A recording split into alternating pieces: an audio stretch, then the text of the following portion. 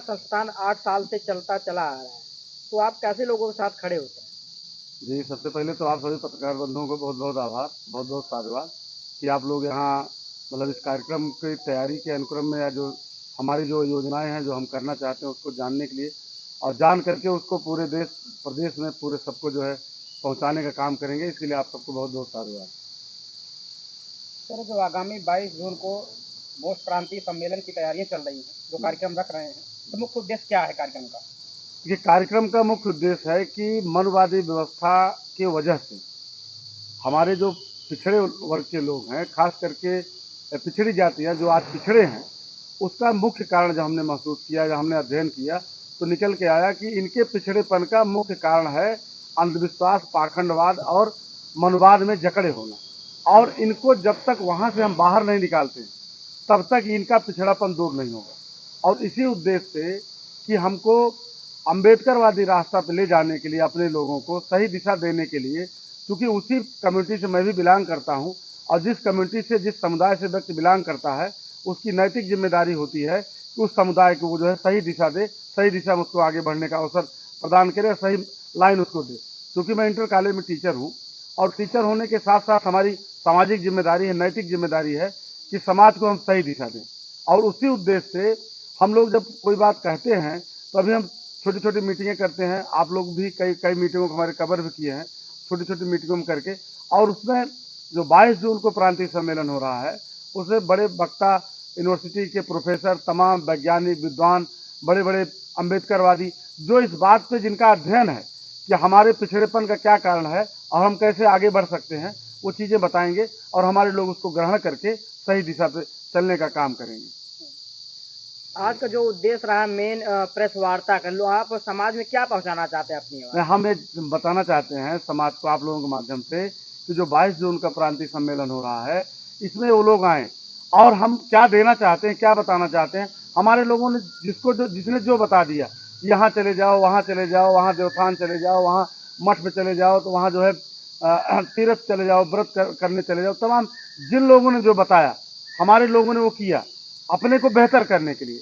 तो हम आप लोगों के माध्यम से बताना चाहते हैं कि हम उनके बेहतर के लिए ये करना चाहते हैं, क्या क्या हमारा उद्देश्य है कि वो सही दिशा उनको, बच्चे इनके पढ़ाई में एकदम सबसे निचले पायदान पे हैं और उन सब का कारण जो है, मतलब सबसे बड़ा कारण जो है अंधविश्वास, भाग्यवाद और मनवादी व्यवस्था में जकड़े होना। हमारे बच्चे जो है भाग्यवादी होने के नाते वो संघर्ष करते ही नहीं। उनको शुरुआत में ही बता दिया जाता है भाग्य में होगा तो आप विद्या आएगी, भाग्य में होगा तो नौकरी मिलेगी, भाग्य में होगा शादी होगी। भाग के चक्कर में हम अपने बच्चों के संघर्ष को, बल को जीरो कर देते हैं और बाद में हम लोग शिकायत करते हैं कि भाई हमारा बच्चा पढ़ने में कमजोर है। जबकि बच्चा पढ़ने में कमजोर इसलिए है कि उसको आपने भाग्यवादी बनाया। तो दोषी तो हम हमारे गार्जियन है और मैं गार्जियन को भी दोषी नहीं मानता। दोषी हम जैसे पढ़े लिखे लोग हैं जो इस समुदाय में पैदा हुए हैं। अपने समुदाय के लिए जो है सही क्या है, गलत क्या है, उसको बताना चाहिए और सही दिशा दे करके सही दिशा में जो है कम्युनिटी को जो है आगे बढ़ने के लिए प्रेरित करना चाहिए। सर, जैसे आपने मनुवाद की बात किया, जी, तो समाज में उठ रही हर समस्याओं के पीछे कहीं न कहीं मनुवाद की चर्चा होती है। जी। तो मनुवाद जैसे पेड़ की सिंचाई कौन कर रहा है? नहीं, बनवा हमारे ना समझ लो, जैसे हमको पढ़ने लिखने का अधिकार नहीं था हमारे लोगों को। तो जब पढ़ने लिखने का अधिकार नहीं था, हमारे ऊपर एक बैन था, आप जान रहे हैं इस बात को, और उनके ऊपर बता दिए आपको सेवा करने का काम है तो आपको ये करने का काम है, आप ये करेंगे। तमाम उनके कार्य बांट दिए गए। लेकिन जब से संवैधानिक व्यवस्था लागू हुई देश भारत के अंदर, बाबा साहब का संविधान लागू हुआ, क्योंकि समाज में 2-2.5 हजार साल पहले से वो व्यवस्था चली आ रही है। तो आज भी समाज, जैसे बाबा साहब ने संविधान में लिख दिया आर्टिकल 14 में बराबर विधि के समक्ष सब बराबर है। आर्टिकल 15 में लिख दिया कि धर्म, लिंग, जात, निवास के आधार पर कोई भेदभाव नहीं किया जाएगा। लेकिन समाज में आज भी, आप समाज में जाइए, छोटे से बच्चे से पूछिए सबसे ऊंच जात कौन है, तो बच्चा आपको बता देगा सबसे ऊंच जात फला है। तो मनवादी व्यवस्था अभी समाज में है और समाज से जब तक मनवादी व्यवस्था हम बाहर नहीं निकालते हैं, तब तक ये ऊंच नीच की भावना, तब तक इस तरह से जो है भेदभाव की भावना, तब तक कुछ जातियों को लगता है कि हमको मतलब इसीलिए हम पैदा हुए, सेवा करने के लिए पैदा हुए हैं, तो वो निकालना जरूरी है। मनुवाद की कुरीतियों जैसी बातें समाज के अंदर बहुत तेजी से फैली हुई है। जी, लेकिन बाबा साहब की जो बातें, सकारात्मक जो विचार है, संवैधानिक बातें हैं, जी। वो संवैधानिक बातें समाज के अंदर अपना अस्तित्व जड़ क्यों नहीं पकड़ पा रही है? हाँ, उसका बहुत सही सवाल आपका है। वो इसलिए, देखिए बाबा साहब ने संविधान लिखा और संविधान में सब व्यवस्थाएं की, लेकिन जो सरकारें हमारी आई, जो सरकारें हमारी आई, अभी तक की जो सरकारें आ रही हैं, वो कहीं न कहीं से मनुवाद को ज्यादा प्रश्रय दे रही हैं।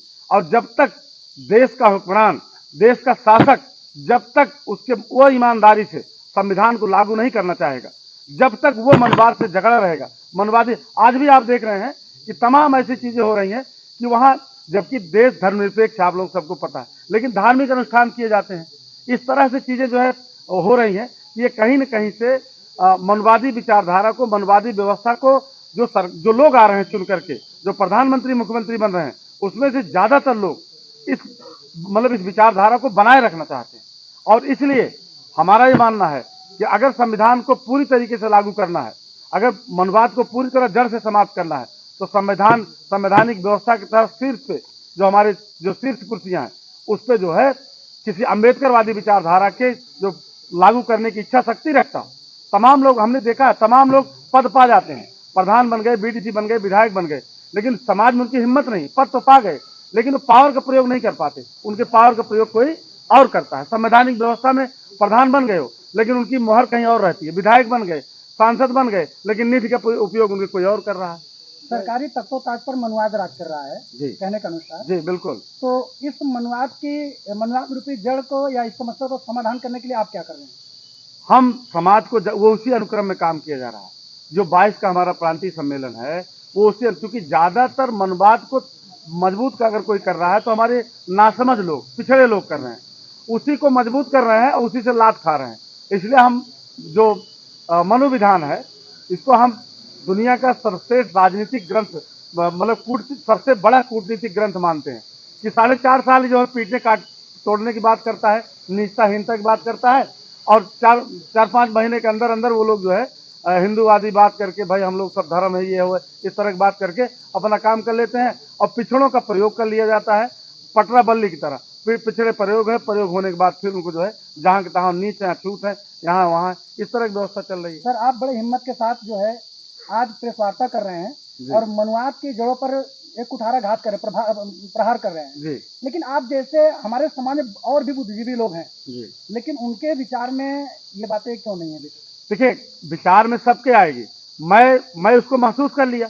हम अपने बर्बादी का, हम शासक कौम है, हम शासक कौम है, देश भारत के हम शासक, सूर्यवंशी हम लोग क्षत्रिय हैं, लेकिन आज हमको नीच बनाया गया है, शूद्र बनाया गया है। और जिस व्यवस्था के तहत बनाया गया है, जिस व्यवस्था से हमको नीच बनाया गया है और जिस व्यवस्था से हमारे लोग नीच बने हुए हैं, अगर उसकी जानकारी हमको है, हो गई है, तो हमारा पहला कर्तव्य बनता है उस व्यवस्था से हम अपने लोगों को बाहर निकालने, और उसी काम के लिए हम लोग लगे हुए हैं। हमारी टीम जो है, मोस्ट कल्याण की टीम जो है, हमारे और सब भाई लोग जो है, सब उसी लिए लगे हुए हैं।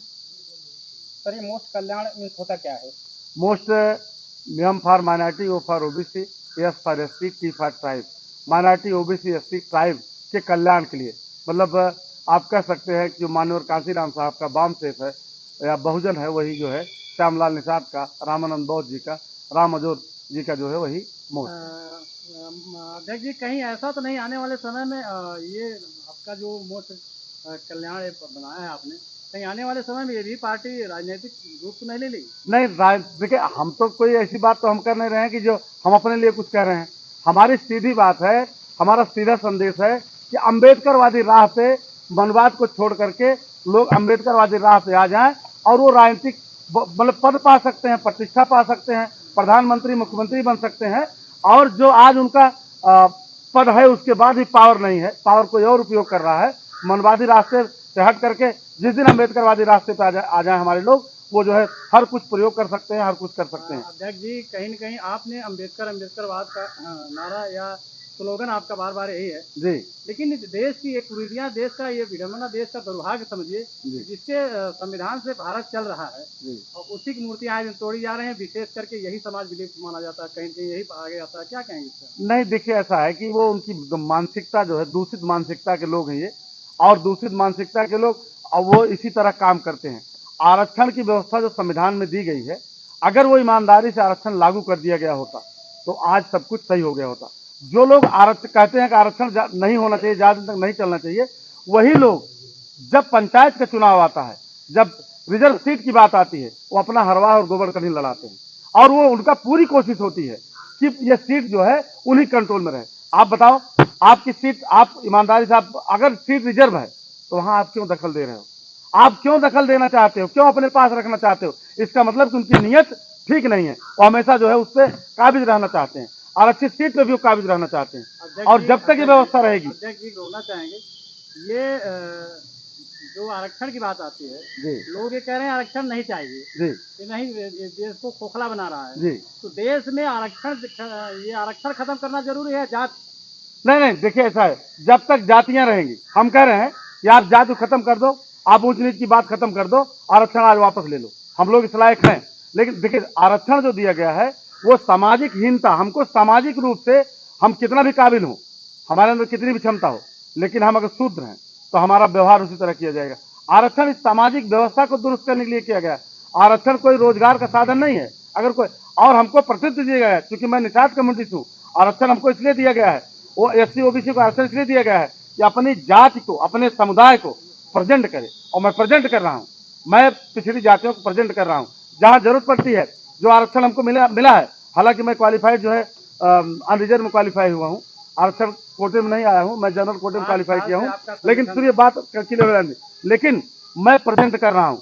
हमारा दायित्व है, हमारा कर्तव्य है। अगर हम आज टीचर बने, आज लायक हैं, तो हमारे जो नासमझ लोग हैं, जो नहीं समझ पा रहे हैं, जो जकड़े हुए हैं, जो तमाम भूत प्रेत पूजा पाठ अंधविश्वास में जकड़े हुए हैं, उनको वहां से बाहर निकाल करके उनको वैज्ञानिक दृष्टिकोण जो है देना, वैज्ञानिक दृष्टिकोण की तरफ उनको जो है डेवलप करना, वैज्ञानिकता की राह दिखाना, तार्किकता की राह दिखाना हमारी जिम्मेदारी है। वो मैं वही जिम्मेदारी निर्वहन कर रहा हूँ, मैं कोई एक्स्ट्रा काम नहीं कर रहा हूँ। हमारा जो दायित्व है, एक शिक्षक होने के नाते, एक समाज का बुद्धिजीवी होने के नाते, मैं वही काम कर रहा हूँ। मैं कोई एक्स्ट्रा अपने लिए कोई काम नहीं कर रहा हूँ, हमारे कर्तव्य है, हमारी जिम्मेदारी। 8 साल से आप संगठन को चला रहे हैं, कहाँ तक सफल हैं आप?